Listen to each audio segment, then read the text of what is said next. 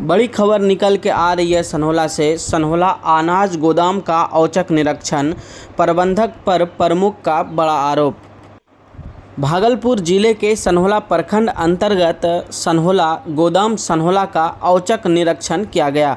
औचक निरीक्षण में सनहोला प्रखंड प्रमुख, उप प्रमुख, कई जनप्रतिनिधि शामिल थे।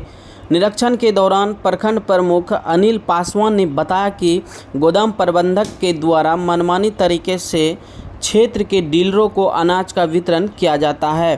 अनाज का क्वालिटी काफ़ी बद से बदतर पाया गया। अनाज की बोरी को बगैर तौल किए हुए ही गाड़ी पर चढ़ाते नजर आए, जिसको लेकर प्रखंड प्रमुख ने सवाल किया तो गोदाम प्रबंधक भड़क गए और कहा गया कि चावल में कंक्रीट प्लास्टिक का चावल मिलाकर दिया जाता है। साथ ही चावल में चूहे और छिपकली का शौच रहता है, जो कि बिल्कुल खाने लायक नहीं है। निरीक्षण के दौरान आरोप प्रत्यारोप का दौर देखने को मिला। वही अनाज गोदाम प्रबंधक बौखलाए हुए नजर आए। अनाज गोदाम प्रबंधक ने बचने के लिए तुरंत फोन पर अपने कई दलालों कर बुला लिया।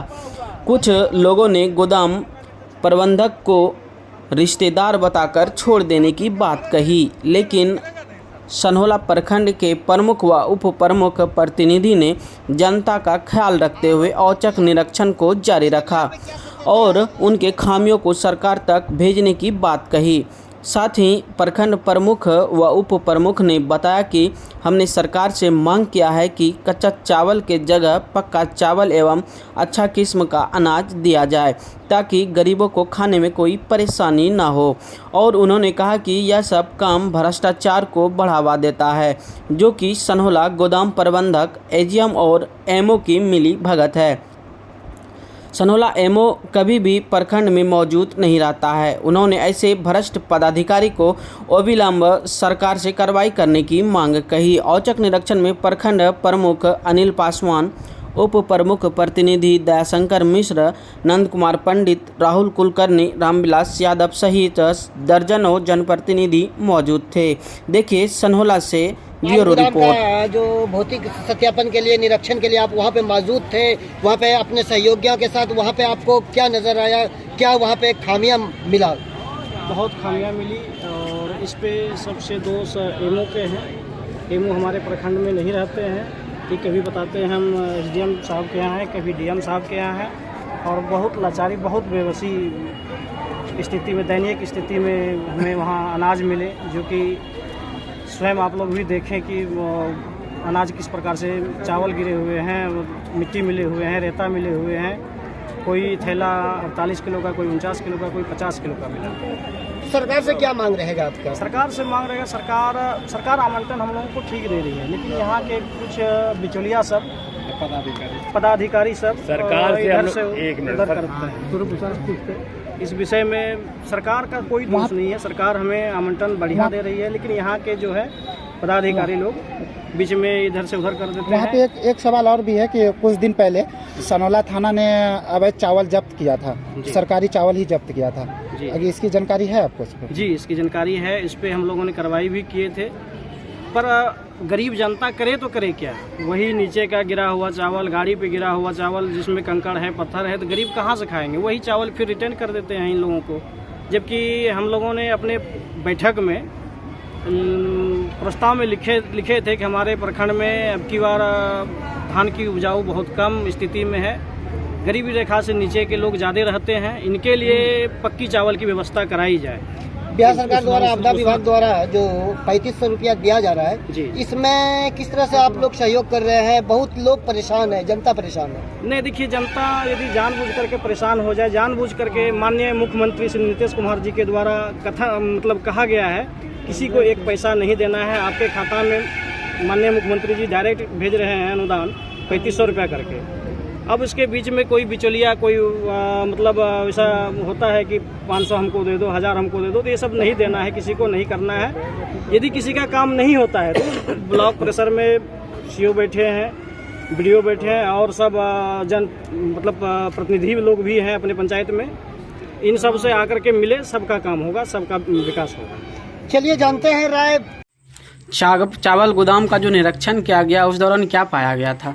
उस दौरान यही पाया गया था कि 5 बोरा तो अच्छा 20 बोरा दिखा देता है वो लोग, बाकी जो है सब मिलावट रहता है। और मिलावट के चलते वो बच्चे लोग नहीं खाते हैं, जिसके चलते वो लोग बीमार पड़ जाते हैं। इससे आप सरकार से क्या मांग करना चाहेंगे? सरकार को हम ब्लॉक में मीटिंग में उठाए थे सवाल कि इस पे अमल किया जाए और पक्की चावल दिया जाए, लेकिन इस पे कोई कार्रवाई नहीं हुई। अच्छा, इस बार मारा हो गया है। हाँ। सभी का खेत इस बार धान से पीड़ित है, जितने भी गरीब जनता है।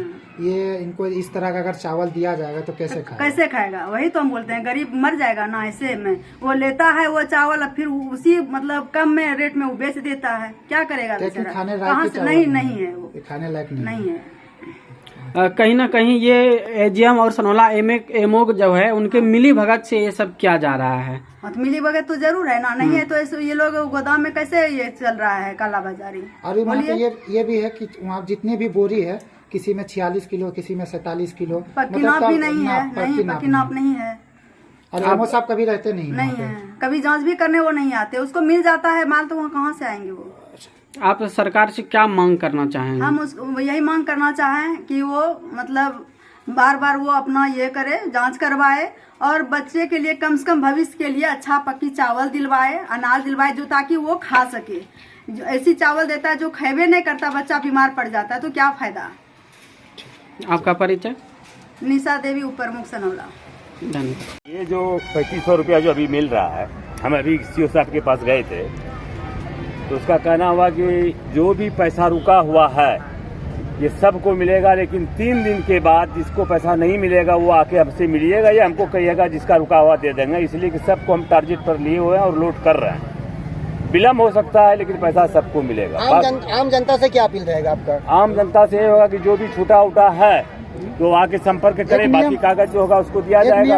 एक नियम और भी बताया जा रहा है कि जिसका राशन कार्ड होगा इन्हीं को ये पैसा मिलेगा। घर से एक ही परिवार को मिलेगा जो राशन कार्ड जिसके नाम से है, और राशन कार्ड में जितना आदमी का नाम है सिर्फ एक आदमी को मिलेगा। अगर जिस आदमी का राशन कार्ड में नाम नहीं है वो अलग से आवेदन दे सकता है और उसको पैसा जाएगा। उस पर हम लोग निगरानी रखे हुए हैं, ब्लॉक को देख रहे हैं कि कहाँ क्या हो रहा है, नहीं हो रहा है। बाकी जो अभी हमारे प्रमुख साहब बोले कि बिचौलिया रख के कुछ गड़बड़ करता है, इसलिए सभी जनता से रिक्वेस्ट है कि 1 रुपया कहीं नहीं देना। जिसको पैसा नहीं मिलेगा वो संपर्क आके प्रमुख साहब से करे, उसको अवश्य पैसा मिलेगा। लेकिन हाँ, थोड़ा धीरज रखे, 2-3 दिन के अंदर मिल जाए। सरकार कितना सुंदर अनाज आपको आवंटन करा रही है, और आपके सामने जो बोरा खाली पड़ा हुआ था, इससे साफ स्पष्ट हो गया कि यहाँ के एजीएम जो होते हैं और एमओ आपका, ये लोग मिल के उस चावल को घटिया बनाने का काम करते हैं और कालाबाजारी कर रहे हैं। और जब वह चीज़ आपके पास डीलर के पास जाएगा